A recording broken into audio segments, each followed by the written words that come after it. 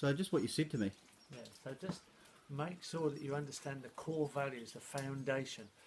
The undeniable truth that's anchored in the middle of each discipline is often a good way to teach, but when you're starting off with a system, don't make it complicated. Permaculture ends up complicated, starting from undeniably true common sense. So just get to the core of it. It's a big mistake to pattern it first or complicate it first. People want to do patterns because patterns are all about patterns. Patterns can be rationalised and legitimised. Never install pattern for pattern's sake. Never complicate for your wanting to be clever and think that you have to have interactive diversity right at the beginning. Start off with what's undeniably true and very, very basic, and then build on that. Your system should then complicate itself. That's an indicator you got it right. I bet you if you go in and you just make it complicated to start with, the system will simplify itself before it may then recomplicate itself, which is an indicator that you just took it way too far too quick. Okay. Look at your very basics, and the same when you approach people for work and to help people. Remember, they're all in the same boat as you were, or you are now, or you were. They're all trying to find. Give me something simple I can realise. Like, just give them something they can feel. Oh, that was easy to understand. Yeah. Oh, so okay, now you got them. Now you can lead them down the road a little bit. Permaculture can be a little bit too much to start with because advanced systems are quite complex, and if you go into specialised techniques, it seems like they're only in that branch of the tree, and they're so just that only, and everybody else doesn't work. One of the things that I've found is I ask people, why did you get me to do the consultancy? And a lot of people have said recently, you're the only one that said it all works. You said biodynamics, oh yeah, that works. You know, all brick minerals, yeah, that works. Yeah, it fits fine. Keyline, Yeoman's keyline farming systems, that works. Rainstone management, yeah, that works.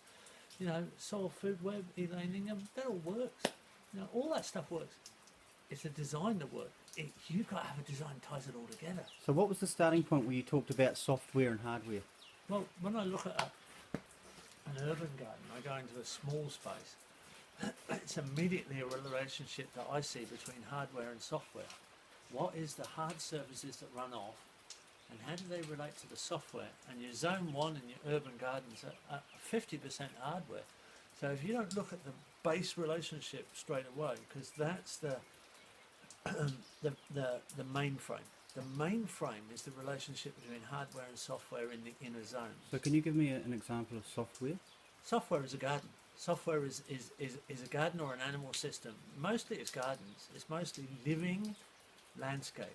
It's the biological side of the system, and most of it's completely mulched, and it's growing plants, whether it's trees or plants. You might have small animals involved, but they're involved with plants too. And they may be on hardware, and they've probably got a hardware roof over the top of them. I like to talk about edge thinking.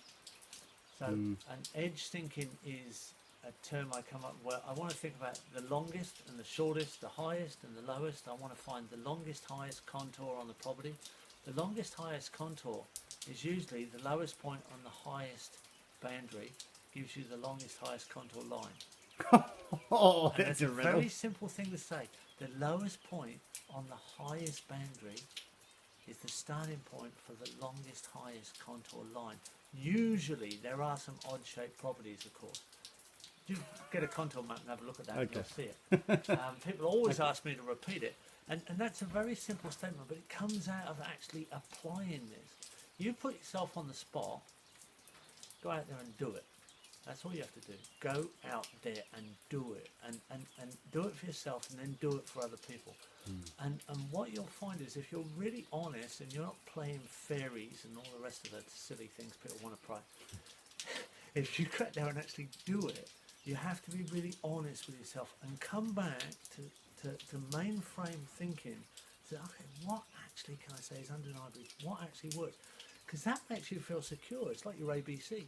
It's like learning your alphabet.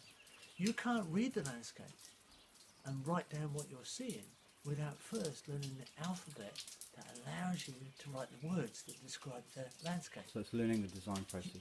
Before you learn to read, you've got to learn your alphabet. once you learn the alphabet, you can read the damn thing. There's tons of stories and whole books out there to read. So which is the whole design process saying? Oh, it goes on and on and on and on and on. But you've got to have your ABC. And Which is? Well, it's the undeniable truths. It's things that are constant out there in the universe. People say the only constant is change, man. Well, that's a cool thing to say, but it ain't exactly true. You know, evaporation cools, condensation warms. Constant. Water never gets hotter than 100 degrees centigrade because it cools itself when it's boiling with evaporation. It's most dense at 4 degrees centigrade, and then it expands when it freezes. Constant. It's shaped our continents. The moon comes up exactly on a flat horizon as the sun sets on the first day of the full moon and comes up 53 minutes later every day. Constant. The midday mid-sun angle, midsummer midday sun angle, midday midwinter sun angle is a constant on every single site.